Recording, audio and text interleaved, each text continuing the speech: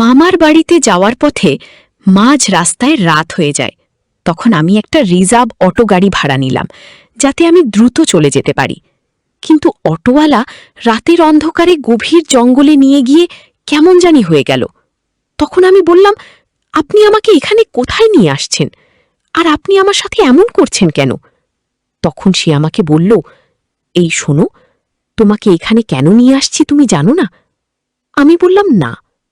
তখন আমাকে সে বলল, আমার তোমাকে খুব ভালো লাগছে, আমি তোমার সাথে একটু সময় পার করতে চাই।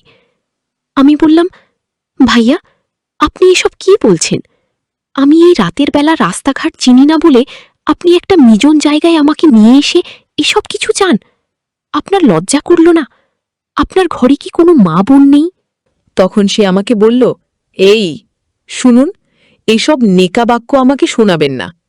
আমার আপনারে পছন্দ হয়েছে, আমি আমার উদ্দেশ্য সফল করেই ছাড়ব। তারপর বন্ধুরা, সে আমার সাথে যা করল বন্ধুরা, গল্পটি অনেক অনেক ইন্টারেস্টিং হতে চলেছে। আশা করি আপনারা পুরো গল্পটি শুনলে অনেক মজা পাবেন। তবে বন্ধুরা, আপনাদের নিকট ছোট্ট একটি অনুরোধ, দয়া করে আমার চ্যানেলটিকে সাবস্ক্রাইব করে অবশ্যই আমাকে সাপোর্ট করবেন। তাহলে চলেন বন্ধুরা, গল্পটি শুরু করি। হ্যালো বন্ধুরা, আমার নাম ফারজানা আক্তার মুক্তা। বন্ধুরা, আজকে আমি আপনাদেরকে বলবো কিভাবে একজন অটো গাড়ির ড্রাইভার রাতের অন্ধকারে গভীর জঙ্গলে নিয়ে আমার জীবনের চন্দ্রপতন করে দিয়েছিল। বন্ধুরা, ঘটনাটি ঘটেছি আজ থেকে প্রায় 5 মাস আগে। তখন আমি একটু চঞ্চল টাইপে ছিলাম, কারো কথা একটু কমই শুনতাম, যেদিকে মন চাইত সেদিকেই ঘুরতে চলে যেতাম। আমার এরকম অবস্থা দেখি প্রায় সময় আমার মা বাবা বলতো, মারে, এখন তোর বয়স হয়েছি, রাস্তাঘাটে চলাফেরা, স্কুল কলেজের যে কোনো জায়গায় যাস একটু সাবধানে যাস, কারণ বাংলাদেশের সরকার পরিবর্তন হয়েছে, দেশের অবস্থা বেশি একটা ভালো না। আমি মা বাবার কথাই বেশি একটা পাত্তা দিতাম না। আমার যখন যেদিকে মন চাইত সেদিকেই চলে যাইতাম। নিজেকে তখন আমি উড়ন্ত পাখির মতো মনে করতাম, যে কারণে আমার বাবা আমাকে খুব খুব চোখে চোখে রাখার চেষ্টা করত সর্বক্ষণই। আমি প্রাইভেটে যাওয়ার সময় প্রায় আমার বাবা মা বলতো, আজকে আমিও তোদের সাথে যাব। কিন্তু আমি আমার বাবাকে কোনোভাবেই নিতাম না, আমি একাই চলে যেতাম। একদিন আমি মামা বাড়ি যাব, হুট করে বায়না ধরেছি, দুপুরে খেতে বসেছি। তখন আমার মনে পড়ল যে আগামীকাল যেহেতু আমার স্কুল বন্ধ, তো আমি এই সুযোগে মামা বাড়ি থেকে ঘুরে আসব। খাওয়ার সময় বাবা মাকে আমি বললাম যে আমি বিকালবেলা মামার বাড়িতে যাব। তখন মা বাবা বলল, এত দূরের রাস্তা, প্রায় 4 থেকে 5 ঘন্টা লাগে, তুমি এখন কিভাবে যাবে? তখন বাবা আমাকে বলল, মা মুক্তা, তুমি সকালে বলতা, তোমাকে আমি তোমার মামার বাড়িতে দিয়ে আসতাম, অথবা তোমার মামাকে ফোন দিতাম, তোমার মামা এসে নিয়ে যেত। তখন আমি বললাম, না বাবা, তোমাদের যেতে হবে না কষ্ট করে, আমি একাই যেতে পারবো, আমার মন যখন চাইছে আমি যাবই। তখন আব্বু আমাকে বলল যে, এতদিন তুমি যা কিছু করছো না কেন, এখন ধীরে ধীরে বড় হয়েছ, নিজেকে একটু বুঝার চেষ্টা করো, এভাবে মেয়ে মানুষ হয়ে চলাফেরা করা ঠিক না। তখন আমি আব্বুকে বললাম যে, আগে ছোট ছিলাম, তোমাদের ভয় ছিল, এখন তো আমি বড় হয়েছি, তাহলে কেন ভয় করছো? আমি তো নিজে চলতে পারি, আমি কি এতই বোকা?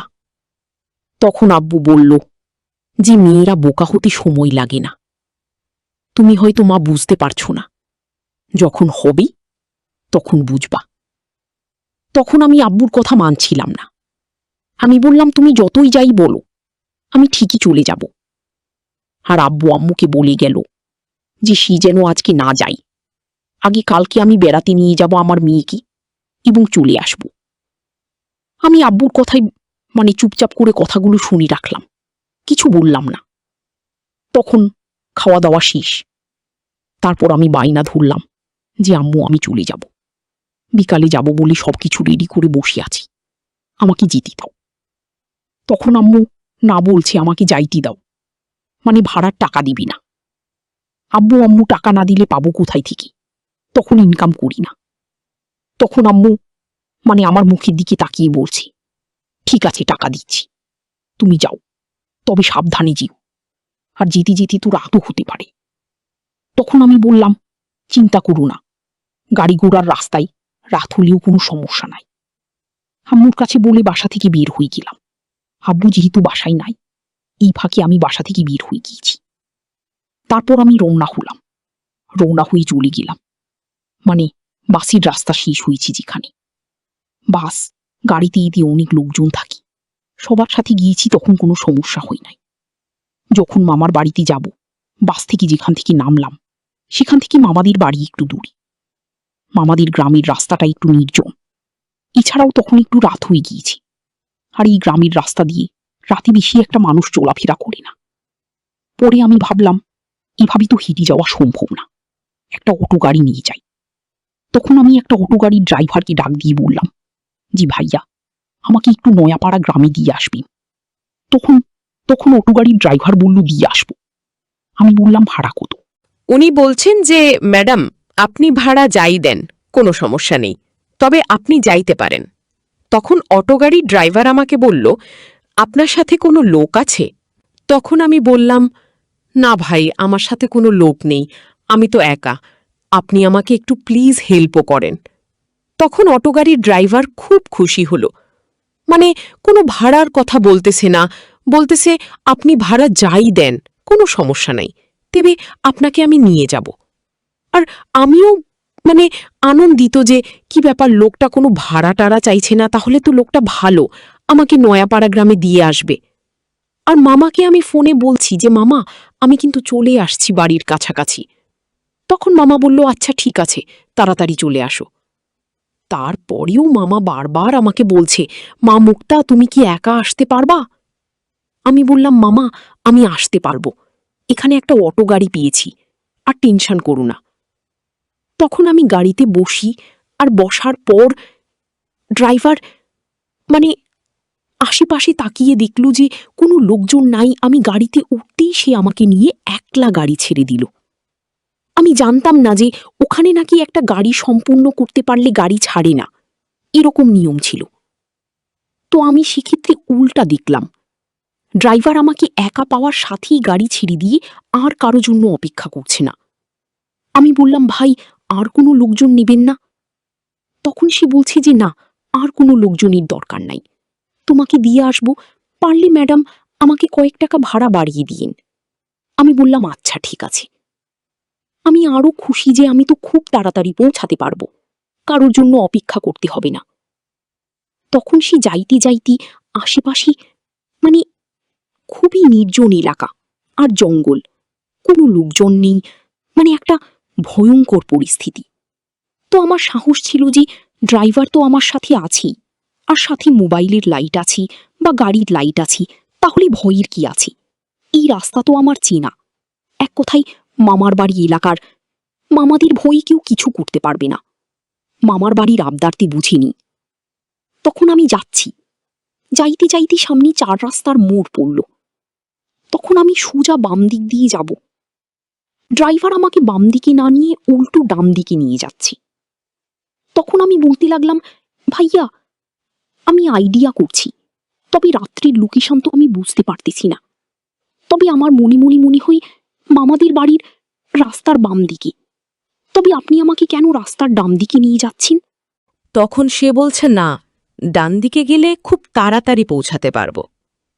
আমি মনে করলাম হতেও পারে, যেহেতু নতুন রাস্তাঘাট হয়েছে বা সে নিয়ে যাচ্ছে।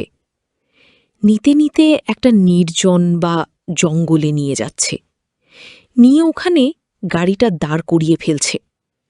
তখন আমি গাড়ির ড্রাইভারকে আমি বললাম, আপনি আমাকে এখানে নিয়ে আসলেন কেন? তখন সে আমাকে বলল, তুমি একটু গাড়িতে বসো, আমি একটু বাথরুম থেকে আসি। এই কথা বলে সে গাড়ি থেকে নামল। মানে নামার পর 10 মিনিটের মতো লেট করল। তারপরও আমি চিন্তা করছি, আমাকে তো সে পৌঁছাইয়া দিবেই, নো টেনশন। আমি চুপচাপ বসে আছি। তখনও সে একটা জায়গা পরিপাটি করে আসছে, কোন জায়গাটায় আমাকে নেওয়া যায় বা কোন জায়গায় আমাকে সে নিবে চিন্তাভাবনা করে আসার পরে গাড়িতে এসে বলছে কি, আপনি একটু নামেন। তখন আমি বললাম, কেন, গাড়িতে কোনো সমস্যা? না, গাড়িতে কোনো সমস্যা নাই, তবে আপনি একটু নামেন, সামনে যেতে হবে তো। তার কথা মতো আমি নামলাম, মানে সে আমাকে এত সুন্দর করে বলতেছে, আমি আর না নেমে পারলাম না। সে আমার সাথে এত সুন্দর ব্যবহার করছে, আমি তার ব্যবহার দেখে মুগ্ধ হয়ে গিয়েছি। আমি তো ডোন্ট মাইন্ড, আমার তো ভিতরে ওরকম কিছুই ছিল না। ফ্রি মাইন্ডে নামছি। নামার পরে সে আমাকে ওই জায়গাটায় নিয়ে গিয়েছে। নিয়ে গিয়ে আমার দিকে সে অদ্ভুতভাবে আমার দিকে তাকিয়ে রয়েছে।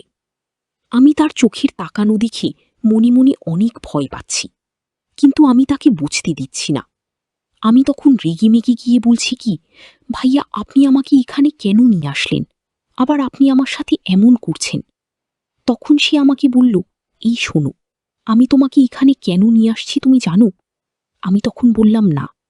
তখন আমাকে বলল, আমার তোমাকে অনেক ভালো লাগছে, আমি তোমার সাথে একটু সময় পার করতে চাই। আমি করলাম, ভাইয়া আপনি এসব কি বলছেন? আমি এই রাতের বেলা রাস্তাঘাট চিনি না বলে আপনি একটা জঙ্গলে নিয়ে এসে এইসব কিছু চান? আপনার লজ্জা করল না? আপনার ঘরে কি মা বোনে নাই? তখন সে আমাকে বলল, এইসব ন্যাকা বাক্য বলে লাভ নাই। আমার আপনাকে পছন্দ হয়েছে, তার মানে আমি আমার উদ্দেশ্য সফল করেই ছাড়ব। তারপর বন্ধুরা, আমি তাকে বললাম, দেখুন, আপনি যদি আমার সাথে এরকম করেন তাহলে কিন্তু আমি চিৎকার দিয়ে মানুষজন ডাকব। তখন সে বলল, তুমি তো তোমার মামার বাড়ির এলাকা কেমন ভালো করেই জানো, আর তোমাকে আমি যে জঙ্গলে নিয়ে এসেছি, আশেপাশের মানুষ তো দূরের কথা, তোমার ডাকে একটা কাক পাখিও আসবে না। তার চেয়ে বরং আমি যা বলছি তুমি সেটা মেনে নাও। তারপর আমি বললাম, আপনি যেটা বলছেন সেটা আমি কেন শুনব?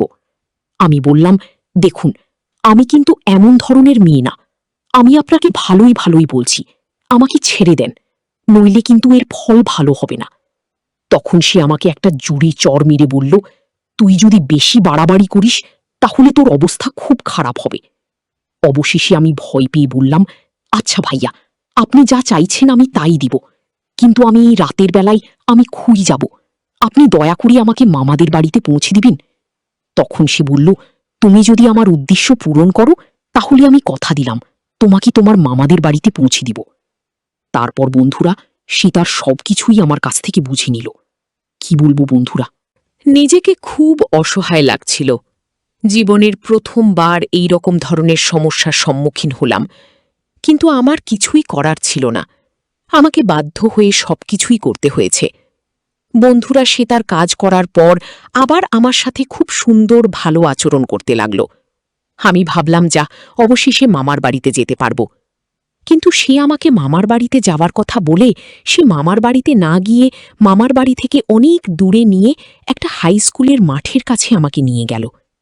সেখানে নিয়ে গিয়ে আমাকে বলল, ইশারা দিয়ে বলল, এই যে দেখা যায় ওইটাই আপনার মামার বাড়ির, আপনার 2 মিনিটের মতো লাগবে, হেঁটে চলে যান। সে আমাকে গাড়িতে নামিয়ে দ্রুত বেগে চলে গেল। কি বলবো বন্ধুরা, তখন প্রায় রাত 1টা বাজে। আমি এখন কি করব? হেঁটে যেতে পারছিলাম না, এত এত একা একা বসে খুব কান্না করছিলাম। তখন একটি মুরব্বী লোক আমার কান্না শুনে বের হল। বের হয়ে আমাকে জিজ্ঞাসা করল, কি গোমা, কি হয়েছে তোমার? তুমি এখানে কেন? তোমার বাড়ি কোথায়? আমি এই চাচার কাছে সব বিস্তারিত বললাম। তখন চাচা চাচিকে ডেকে আনল এবং আমাকে নিয়ে সেই রাতে তাদের বাড়িতে আশ্রয় দিয়েছিল। তারপর ওই মুরুব্বু চাচাকে আমি আমার মামার বাড়ির ঠিকানা বললাম। উনি আমাকে আমার মামার বাড়ির ঠিকানায় পৌঁছে দিয়ে আসলেন। তারপর বিষয়টা মামা মামুর কাছে শেয়ার করলাম। মামা মামি আমাকে বলল, দেখো মামুনি, যা হওয়ার তা হয়ে গেছে, এসব কথা কাউকে শেয়ার করবা না, তুমি মনে করবা তোমার জীবনে ছোট্ট একটা অ্যাক্সিডেন্ট। তো বন্ধুরা, তোমাদেরকে পরিশেষে একটা কথা বলতে চাই, আমরা যারা মা বাবার কথা মান্য করি না, নিজের ইচ্ছায় যেখানে মন চাই সেখানেই চলে যাই, সেটা উচিত না। বিশেষ করে আমরা মেয়েরা যারা যদি কোথাও একলা একলা যেতে চাই, তাহলে অবশ্য সময় বুঝে যাওয়া উচিত। এমন সময় যাওয়া উচিত যাতে সেখানে গেলে কোনোভাবেই রাত না হয়ে যায়। তার বাস্তব উদাহরণ, বন্ধুরা, আজকে যদি মা বাবার কথা শুনতাম বা মেনে চলতাম, তাহলে আজকে আমার এই পরিস্থিতি হতো না। বন্ধুরা, আজকে এই পর্যন্তই। আবারও আসবো নতুন কোনো ভিডিও নিয়ে।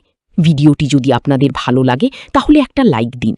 প্রতিদিন আমি আপনাদেরকে একটা করে নতুন ভিডিও উপহার দিব, তাই আপনাদেরকে অনুরোধ করে বলছি, আপনারা যদি এরকম ধরনের ভিডিও পেতে চান তাহলে দয়া করে আমার চ্যানেলটি সাবস্ক্রাইব করবেন। পরিশেষে আপনাদের সকলের সুস্বাস্থ্য কামনা করি। ধন্যবাদ।